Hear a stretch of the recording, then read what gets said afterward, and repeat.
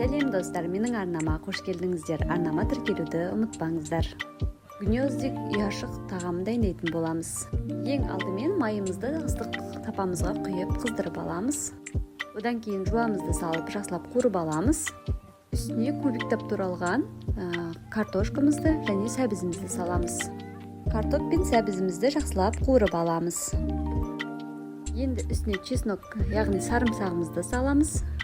Татымына қарай қара бұрыш, приправалар, мендегі универсальный приправаны қостым.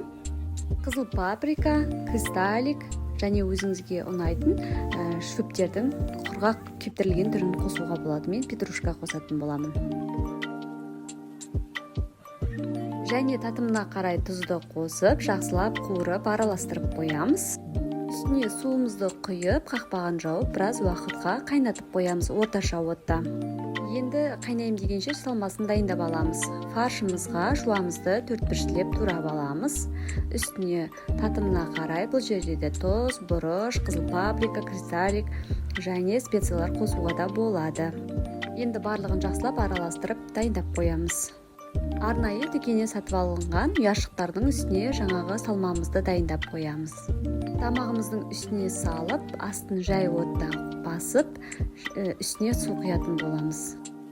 Тағамымыз пісуге жақындап қалған кезде мен үстінен теркадан сырды өткізіп, дәмді болу үшін осылай үстіне қойып шығамын. Тағы да қақпағын жауып, бір 10-15 минутқа қойып қоямыз.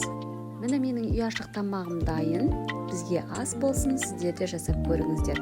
Тамақтың дәмді болуы ол мына жердегі фаршы дейді ғой, етіне байланысты. Сіздер де жасап көріңіздер, керектеріңізге жарасын.